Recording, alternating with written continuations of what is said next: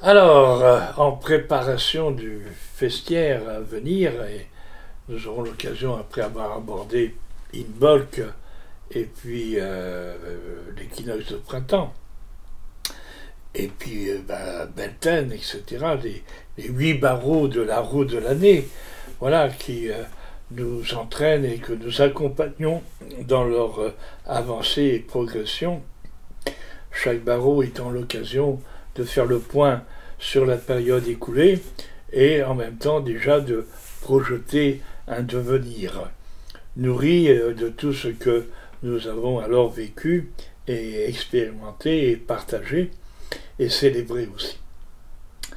Alors on va aborder dans ce festiaire un moment, disons, très flambant, très rayonnant, qui est celui du Tantad, c'est-à-dire à partir du 21 juin, donc du solstice d'été. C'est le moment, c'est l'apothéose, entre guillemets, de la période solaire. C'est ce qu'on appelle aussi le zénith. Le soleil donc arrive à son point limite d'expansion dans le ciel, et passé ce solstice d'été, il va commencer de décliner de nouveau. Et donc nous avons depuis le mois de décembre, depuis le solstice d'hiver, pardon, nous avons célébré avec joie et enthousiasme la naissance du nouveau soleil, de Aurangus. Et puis dans notre vie de tous les jours, nous avons accompagné sa remontée dans le ciel, sa reconquête en fait de son territoire du ciel. Et en même temps qu'il a par lui-même assumé cette croissance, pardon, nous avons aussi fait naître en nous un nouveau soleil. Et il nous accompagne dans notre vie au quotidien, et il nous apporte sa lumière, bien sûr, mais aussi sa chaleur, et ce n'est pas la moindre des choses, et le moindre des accompagnements que cela. Alors, le Tantad, donc cette apothéose solaire du 21 juin, autour du 21 juin plus précisément, est célébré et concélébré dans la roue de l'année. Et c'est notre frère le feu qui est notre grand ambassadeur en quelque sorte vis-à-vis des entités que nous convions à cette célébration de ces forces, énergies et lumières que sont les dieux et déesses, qui sont invités aussi à nous accompagner dans cette festivité joyeuse et heureuse et flamboyante à tout prix et à tout point, en tout point. Et donc nous allons dresser ce feu, nous allons le dresser dans le cercle de sororité et de fraternité, au cœur, au centre même, au noyau donc de cette roue fraternelle. Nous allons le dresser à partir des essences que nous aurons choisies, qui peuvent être 7 ou 9 essences, ça dépend, mais des essences qui font appel à des arbres à des essences donc que l'on va retrouver souvent dans les textes celtiques, mythologiques et les grands récits, et qui ne sont pas n'importe quelles essences. On va retrouver le pommier, le coudrier, l'if, le bouleau, le sorbier, le chêne, bien entendu. Voilà, donc ces essences-là, avec les vertus qu'on leur prête, dans tous les domaines d'ailleurs, sont assemblés. Ils ne sont pas assemblés non plus n'importe comment, en vrac, mais on dépose d'abord une essence, puis on la recouvre d'une autre essence, puis d'une autre essence, et ainsi on monte le foyer où toutes les essences, peu à peu, individuelles, vont cosmunier ensemble et être l'offrande de l'offrande même du rite. Et nous serons, nous aussi, de cette flamboyance, car nous serons, par le cœur, par la pensée, au cœur même de cette flamboyance, au cœur même de ce brasier élancé vers le ciel.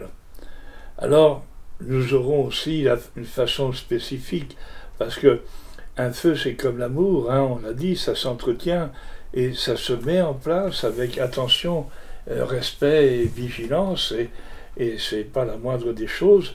Donc, pour que ce feu puisse être opératif, il nous faudra faire en sorte qu'il circule dans son montage même des espaces où le souffle et l'air pourront effectivement circuler comme il se doit.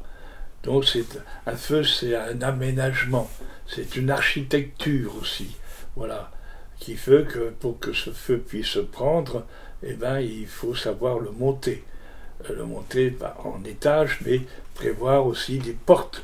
En général, c'est cette porte que l'on fait, et une porte plus particulière qui sera celle par laquelle on va introduire le feu. Et c'est l'homme qui généralement monte, va chercher en tout cas les éléments, les essences nécessaires pour constituer le foyer, qui monte le foyer, et c'est la dame, la femme qui va allumer ce foyer en tant que gardienne aussi de celui-ci. Voilà un peu ce que l'on peut dire de ce rituel du Tantale qui est effectivement célébré, concélébré avec l'aide, le soutien, l'accompagnement symbolique, analogique et en même temps très physique de ce frère feu. Et puis nous aurons autour de ce feu, quand il va s'élancer, quand il va s'enspiraler dans la verticalité de nos vœux et de nos souhaits, qu'il va aller rejoindre la voûte céleste avec tous nos vœux, tous nos souhaits, puisqu'il est porteur et ambassadeur donc de cela, eh ben nous aurons aussi à sauter dessus ce feu pour tout simplement nous imprégner vraiment de son effluve, nous imprégnons de sa senteur et de toutes ces essences qu'on a conjuguées et qui vont cosminier ensemble vers le ciel. C'est magnifique que ce rite du feu-là. C'est vraiment quelque chose auquel on devrait prendre grand soin.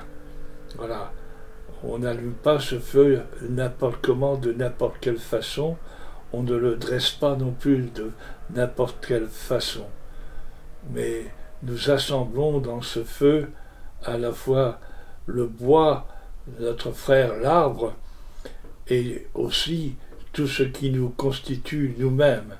Car nous sommes un peu un arbre, puisque nous avons un tronc commun, nous avons dans notre cerveau des racinelles, on pourrait dire aussi.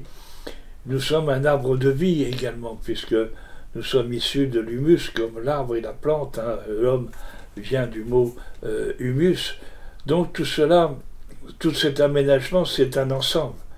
C'est-à-dire tout le cercle consacré que nous formons et qui est lié par nos bras et par nos cœurs, voilà, fait convergence vers le feu central.